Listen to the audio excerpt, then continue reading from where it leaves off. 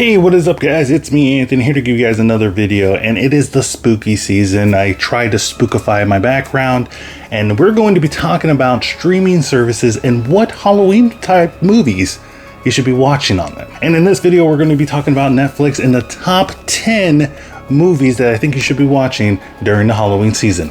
Let's get into it. Number 10. Vampires versus the Bronx. A trio of friends discover a sinister plot to destroy their neighborhood. They decide to band together to save their town from vampires. I remember when the trailer first came out for this film and I was like, this looks like a cool concept. This looks like up my alley. And I watched it and I was like, yeah, that was pretty fun. It's not the greatest film and it's not the most memorable film. I think I would like it a little bit better if it was a series rather than a movie. There was a little bit of plot holes and stuff, but I still think it's an enjoyable watch, especially for the little kids and the whole family during Halloween time. Number 9. The Babysitter. A 12-year-old finds out his beloved babysitter belongs to a murderous satanic cult of teenagers. He must put his crush on the babysitter aside and escape their grasp before they sacrifice him for personal gain. Now, unlike the last film we talked about, I watched the trailer to this and I was kind of iffy about it. I saw the trailer, I was like, I don't know if I like this, but I watched the movie and I was like, you know what? It's pretty decent. Again, it's not an original concept. We've seen this similar stuff that happened before in horror films, but I do like the aspect that it's contained in one area. And you know me, if you've been watching this channel for a while, you know how I like horror films where it's contained in one location. And that's what this movie does. And there's a little bit of, funniness in here, and, sex appeal, all the stuff you need for a good horror film during the Halloween times to just sit back and relax and watch some teenagers try to kill a middle schooler. It's fun times. Number 8. Crimson Peak. After marrying this charming and seductive Sir Thomas Sharp, young Edith finds herself swept away in his remote Gothic mansion. Also living there is Lady Lucille, Thomas's alluring sister and protector of her family's dark secrets. Now, this is Guillermo del Toro, so you know there's going to be some really immaculate set designs and possibly monster designs, and we do get that in this film. I think particularly the house, the mansion, the Gothic mansion that is in this film is a character in itself. It's really impressive, especially if you watch the Blu-ray of this film. I know it's on Netflix, so you're not going to get any of those special features, but the Blu-ray where they go into depth of like this mansion and how it is a character in itself is really interesting. I know this isn't the top tier Guillermo movie that's out there. I know a lot of people didn't really like this film, but I think over time it's going to get that cult following. I really enjoyed it, and I think it should get another chance here, so that's why it's on this list. So definitely check it out if you haven't already. Number 7. The Fear Street franchise. So the Fear Street franchise, I mean, guys, have you looked at what I have here? I got goosebumps all over the place. So I'm a big R.L. Stine fan, and I was literally like through the roof when I saw that they announced that they were going to make 3 Fear Street films releasing on Netflix every week. I was like, this is my dream. And if you like his books, and if you just like, traditional like old 80s slashers as well as 70s slashers, and then we just throw a little bit of like 16th century, like, Salem era slasher stuff, then I think this is the stuff for you. Number 6. Ouija, Origin of Evil. In 1967, Los Angeles, a widowed mother and her daughters add a new stunt to bolster their seance scam business by inviting an evil presence into their home, not realizing how dangerous it is.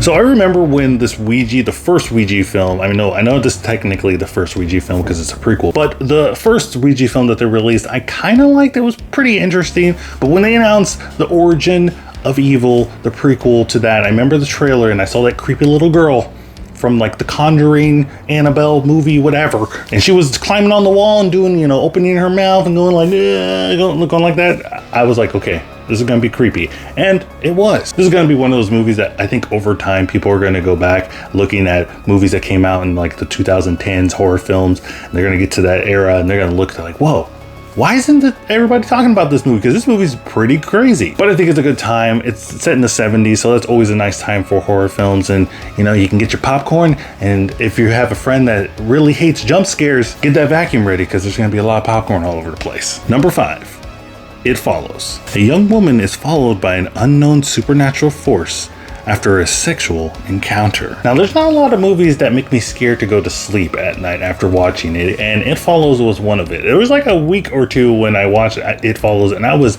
literally terrified. I could not fall asleep. I was getting nightmares the entire time. But I don't want to hype this movie up because a lot of people hyped it up, and then I saw people come out there like, it's not that scary. So I don't want to be that person and everything, but I think it's a really entertaining film, really good, fun film.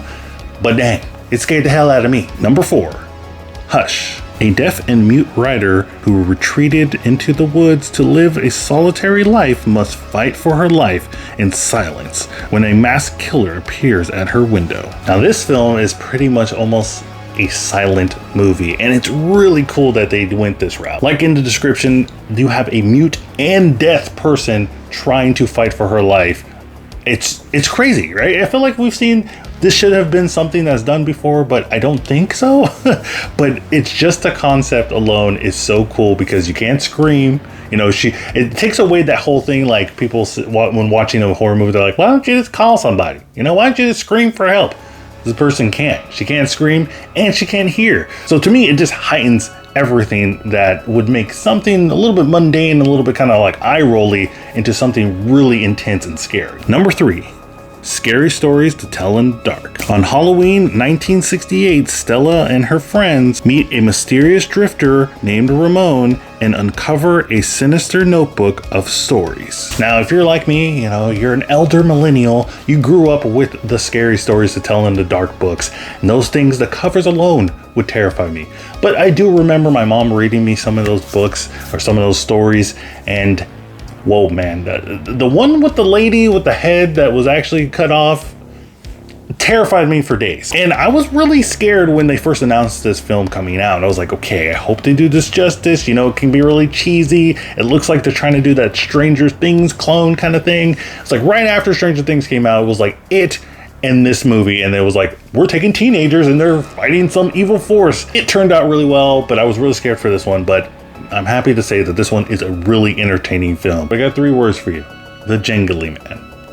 If you know, you know. Number 2, It. In the summer of 1989, a group of bullied kids band together to destroy a shape-shifting monster, which disguises itself as a clown and preys on the children of Derry. I remember seeing the first image of Bill Skarsgård as Pennywise, and it was terrifying, guys. But also, this movie has become a meme a little bit, especially with the meme dance, you know? You know what I'm talking about. But I still think that this movie is really great. It's really rewatchable. It's fun.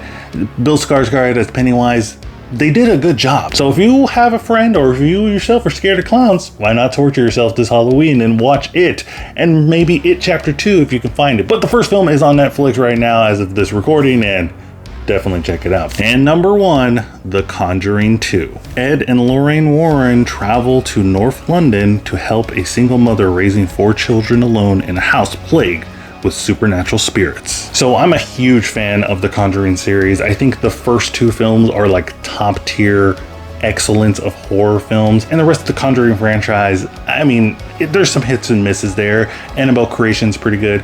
I was personally a fan of Annabelle Comes Home. I know a lot of people didn't like that one. The Nun, we don't want to talk about, but for the most part, I really enjoy the Conjuring franchise, and the Conjuring 2 I think gets a bad rep a little bit because the Conjuring 1 is so great, and then the Conjuring 2 happens and then people are like, it's Conjuring 2 is more of the same. But I think people need to go back and watch the Conjuring 2 because there's some scary stuff in here, and for me personally, I kind of like some elements in the Conjuring 2 a little bit better than I do in Conjuring 1, but like I said, both films are great. So if you want to get your pants scared off, watch this film. But that is it, guys. That is my top 10 list of movies that you can watch on Netflix for the spooky Halloween season.